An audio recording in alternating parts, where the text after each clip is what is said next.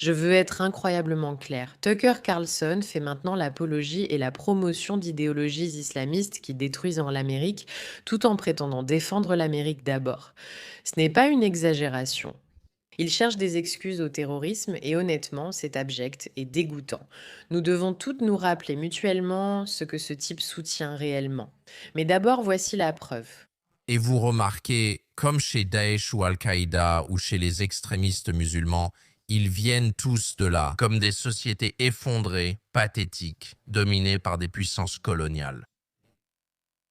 Le terrorisme extrémiste existe parce que ces personnes font partie de sociétés effondrées qui ont été dominées par le colonialisme. Ce qui veut dire que c'est la faute de l'Occident, c'est ce qui était subtilement sous-entendu là, que certains d'entre vous n'ont peut-être pas remarqué. C'est la faute de l'Occident. Ce sont les colonialistes qui sont venus dans des endroits comme l'Afghanistan et c'est pour cela que Daesh est apparu. Non, pas parce qu'ils ont une religion qui prône le terrorisme, le djihad et des idéologies insensées, et qu'ils sont les colonialistes ultimes, les envahisseurs ultimes, comme si tout leur système de croyance reposait là-dessus. Ce n'est pas seulement une religion, c'est un mouvement politique. Mais non, c'est la faute de l'Occident. Tu entends à quel point c'était subtil. Et c'est pour ça qu'ils sont si en colère, non? Donc, il y a quelque chose dans le fait d'être dégradé qui te transforme en extrémiste violent et cinglé. On voit beaucoup d'extrémistes violents et cinglés dans notre pays. Ce n'est pas surprenant, parce que le pays est en train d'être dégradé. Nous, l'Occident, avons dégradé ces gens, d'où leur extrémisme violent. Non, rien à voir avec leur système de croyance qui, selon lui, ici, est tout simplement incroyable et magnifique. Tu devrais savoir, Seth, que le vrai danger, c'est la charia, et tu peux le voir quand tu vas dans un endroit comme Abu Dhabi ou Riyad, genre, oh mec, j'espère qu'on n'aura jamais une société comme celle-ci, avec un taux de viol de zéro, où tu laisses tes clés dans ta Lamborghini sans jamais t'inquiéter qu'elles soient volées. Et, tu sais, si les gens veulent se défoncer, ils le font chez eux, tu vois ce que je veux dire? Ouais. J'espère qu'on ne va pas finir comme ça. Je resterai toujours énervée et frustrée par cet extrait où j'aimerais qu'on vive sous la loi de la charia. Au début, il affirme que le terrorisme islamiste découle de la dégradation subie par ces personnes à cause des colonialistes occidentaux. C'est simplement la conséquence de cette dégradation. Que crois-tu qu'ils vont faire? Que penses-tu qu'ils vont devenir? Et d'ailleurs, cette histoire de religion qui n'a peut-être rien à voir avec le fait qu'ils soient terroristes, c'est juste de notre faute. Cette religion à laquelle ils se sont retrouvés par erreur à adhérer, c'est une super chose, c'est merveilleux. Vivez sous la loi de la charia et la vie sera merveilleuse. Ouais, je pense que la loi de la charia est évidemment juste une blague.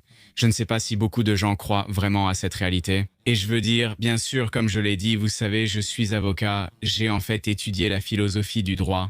La charia n'est pas si différente de d'autres codes juridiques. Une grande partie de notre propre code juridique, la common law anglo-saxonne, la common law anglo-américaine, dérive en fin de compte d'autorités religieuses. Mais qu'est-ce qu'il raconte? Qui ça intéresse? Bon, ce sont les 2 choses que nous voyons maintenant. Je veux juste préciser, dans un instant, nous allons comprendre ce qu'est la charia. Voici ce que ces islamistes disent en ce moment à propos de Tucker Carlson. D'accord, ce sont les mots exacts prononcés à propos de Tucker Carlson par des religieux de la confrérie des frères musulmans. J'ai souvent évoqué Tucker Carlson dans les épisodes précédents.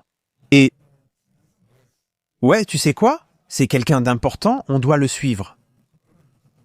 Aujourd'hui, on sait que les médias sont très puissants. Si tu gagnes la guerre médiatique, tu gagnes, mais c'est hypothétique.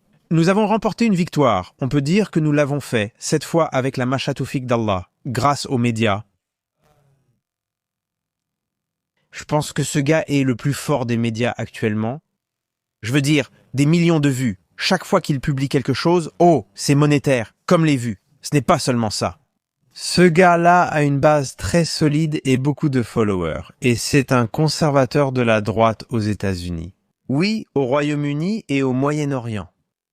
Donc, non seulement Tucker Carlson fait l'apologie du terrorisme et dit que c'est la faute de l'Occident, puis il dit que la charia est une bonne chose idéologique pour une société, ce qui est, je veux dire, un autre niveau. Je ne sais pas si Tucker a des filles, mais j'espère pour leur bien qu'il n'en a pas. Vous avez ensuite des religieux des frères musulmans qui disent: nous avons dominé dans les médias, nous avons tellement bien réussi, mais Tucker Carlson, c'est vraiment le plus important. Il fait un travail tellement remarquable. Et pour, je suppose, le grand final, la chose merveilleuse sur laquelle nous allons conclure, rappelons-nous ce qu'est vraiment la loi de la charia.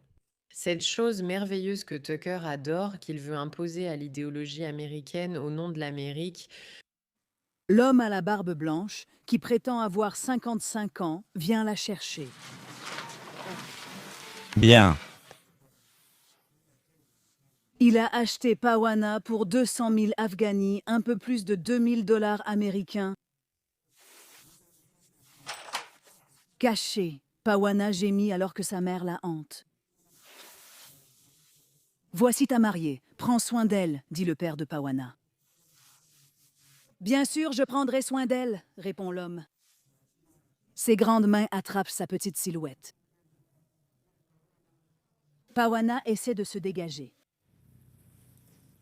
Alors qu'il porte son unique sac d'affaires, elle résiste de nouveau, plantant ses talons dans la terre. je ne peux pas regarder ça, les gars. Je suis désolée, je ne peux pas regarder, je ne peux pas regarder. Voilà ce que la loi de la charia prône. Qu'une petite fille soit vendue à un vieil homme, c'est la faute de l'Occident. Son idéologie a transformé ces gens, ce n'est pas lié à leur religion. Oh, je me sens mal. Cette idéologie est dangereuse et toute personne dans la société occidentale qui la promeut, la soutient, l'aime ou l'apprécie, représente un danger pour notre société. C'est une petite fille, une toute petite fille qui est vendue pour 2 000 $ à un vieil homme en Afghanistan. Et ce type, Tucker Carlson, a l'audace de dire ça. C'est parce que nous les avons colonisés, c'est parce qu'ils sont fous. Et ils ont une religion politique dangereuse, très dangereuse, qu'ils veulent imposer à nous tous. Et j'ai une fille et elle ne finira pas comme ça. Et j'espère que tu as une fille et que tu comprends que ta fille non plus ne finira pas comme ça. C'est pour ça que je crée ce type de contenu, c'est pour ça que je critique Tucker Carlson tout le temps. Honnêtement, j'en ai vraiment marre de cet homme. Il me rend malade, je ne supporte pas d'entendre son rire. Je ne veux pas voir son visage bouffi, je ne veux rien voir ni avoir affaire à lui. Mais il impose cette idéologie à des gens innocents en Amérique qui ne se rendent pas compte. Si tu écoutais seulement Tucker Carlson, tu penserais que la charia, c'est quelque chose de positif.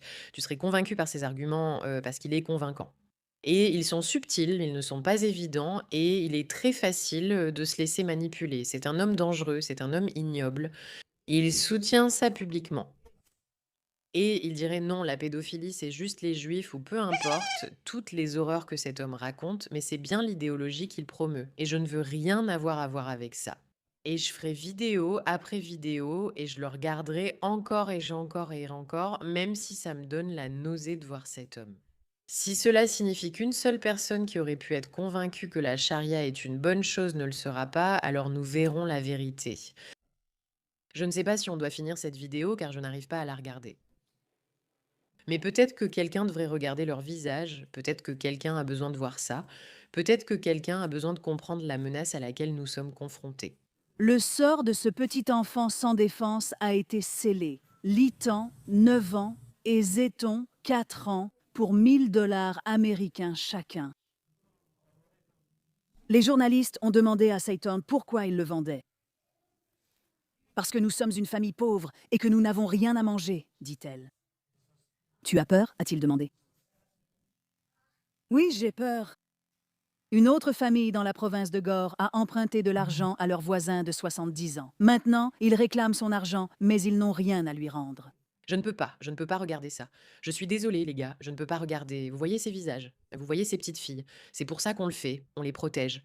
Oh, je vais éteindre ça parce que je vais bientôt arrêter de toute façon. Merci de votre attention à ce sujet et à la prochaine.